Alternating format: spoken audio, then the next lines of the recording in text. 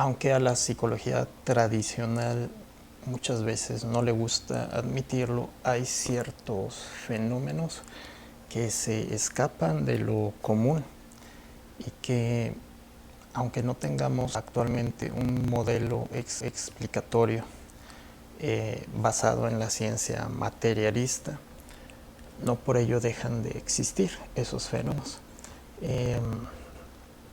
Podríamos señalar incluso un antecedente muy importante, la tesis doctoral de Carl Jung, el padre de la psicología analítica.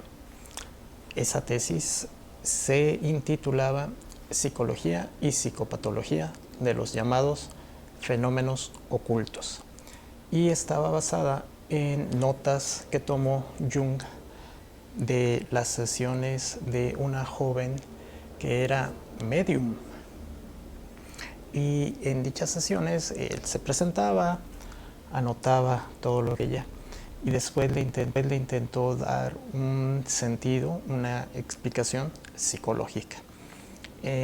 Ahora, con esa tesis se graduó Carl Jung como psiquiatra en la Universidad de Basilea en Suiza, una universidad seria que ya en ese momento tenía bastante historia. Por lo tanto, la psicología puede aproximarse a estos fenómenos y en particular el enfoque de Jung es muy interesante. Cabe decir que Jung introdujo el concepto del inconsciente colectivo. Y con esto se refiere a lo siguiente. Sigmund Freud había hablado del inconsciente así nada más, sin adjetivos, pero se refiere a una cualidad de la mente del individuo, o sea, que no está conectado con los demás.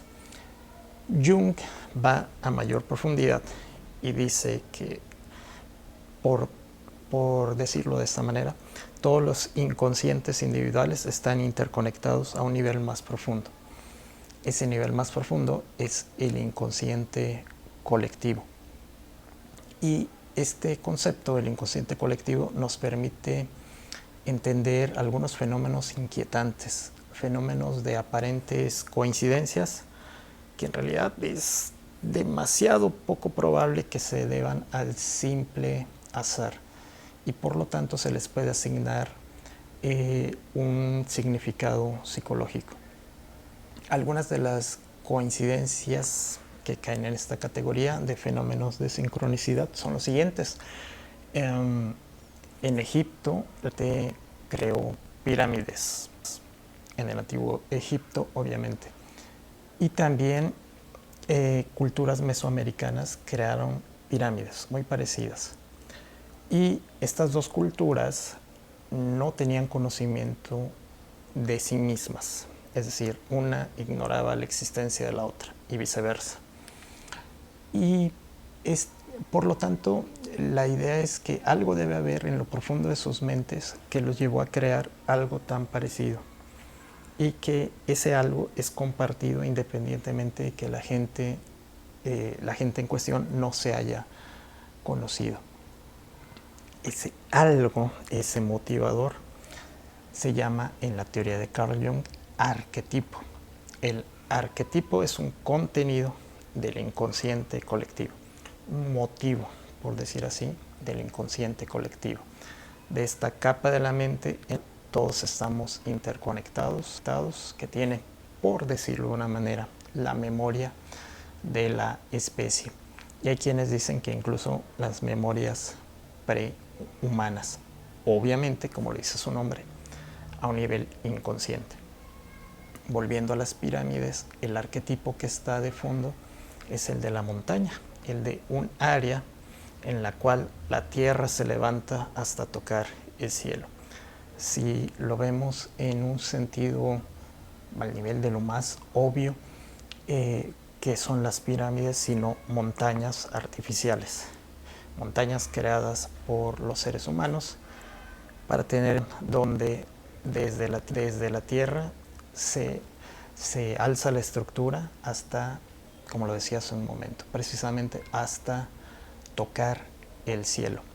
Ahora, hay otros fenómenos muy repetitivos que también son manifestaciones del inconsciente colectivo. Por ejemplo, humanos tienen mitologías que cuando ya se establecen y se formalizan dentro de una sociedad le llamamos religión, cuando se formalizan dentro de las estructuras de poder. Y en estas mitologías tienen seres con capacidades sobrehumanas, seres a los que les llamamos deidades. Y además, algunos temas en de esas deidades son repetitivos, como la idea de un elegido, un enviado, lucha entre un tipo de fuerza y otro tipo de fuerza, lo que a veces en forma muy simplista decimos la lucha entre el bien y el mal. Ahora, volviendo a los fenómenos raros, a los fenómenos inquietantes, el inconsciente colectivo nos puede servir como modelo para comprender fenómenos precisamente raros. Por ejemplo, Carl Jung narra en sus memorias se titulan Recuerdos, Sueños, Pensamientos. Él narra que alguna vez que estaban preparando las fundaciones de una construcción, o sea, estaban excavando en el terreno, pasó una de sus hijas y le dijo: ¿cómo te atreves a cavar aquí, si aquí hay muertos? Y él dice que ignoró totalmente el comentario, pero conforme siguieron cavando, efectivamente encontró el cadáver de algún soldado de una guerra. Y por lo tanto, esto es inquietante, porque podremos decir qué probabilidad hay de que por puro azar se le ocurriera hacer el comentario a la hija de Jung y que le acertara. Bueno, la probabilidad es bastante pequeña.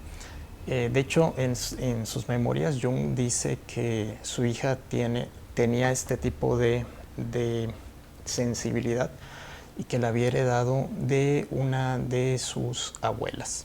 También en sus memorias, Jung nos refiere cómo en alguna ocasión, después de que murió un conocido suyo que vivía muy cerca, un vecino, tuvo un sueño, Jung, obviamente, en donde vio al vecino que lo guiaba hacia su casa, hacia la casa del vecino, la casa que habitaba en vida, y le señalaba un punto en el librero de su biblioteca, en un librero específico, y no se alcanzaba a ver el título del libro. Y a Jung le pareció este sueño inquietante y entonces acudió, ya después en la vida despierta, acudió con la viuda del vecino y le pidió permiso para subir con ayuda de un objeto y poder mirar en el estante que le había señalado en el sueño el difunto.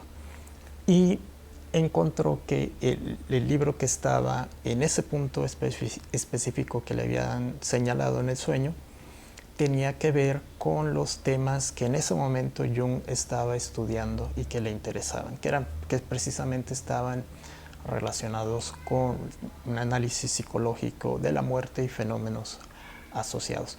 Este fenómeno también es inquietante, es muy inquietante, porque podríamos decir, bueno, si el sueño, casualidad, de seguro Jung ya lo había visitado, ya había visto el título del libro. Pero la clave está, y Jung lo aclara, la clave está en que el título del libro no era visible desde la posición ordinaria de pie, porque, pues, como sabemos, a veces hay estantes de libreros muy, muy altos.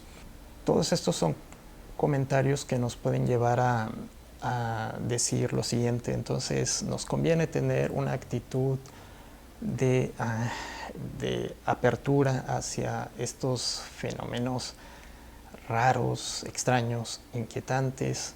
Estos fenómenos, como cuando una persona sueña algo y otra persona soñó algo muy parecido la misma noche. Esto en particular se da en los casos de gemelos idénticos, o como este tipo de fenómenos en los cuales estamos pensando en alguien, de repente en alguien que no habíamos pensado hace mucho, y decimos, le voy a mandar un mensaje, y justo antes de poder mandarle un mensaje nos llega un mensaje precisamente de esa persona con quien nos íbamos a comunicar. Nuevamente, es muy cómodo decir esto se debe a la simple casualidad, es una simple coincidencia. Pero el concepto de sincronicidad nos lleva a lo siguiente: las coincidencias tienen significado, tienen una carga psicológica que podemos analizar y podemos tejer alrededor de ella una serie de hipótesis. Gracias por ver este video hasta aquí. Si te gustó, dale like, por favor, y considera suscribirte al canal. Soy Jesús Alaní, soy psicólogo. Gracias, hasta la próxima.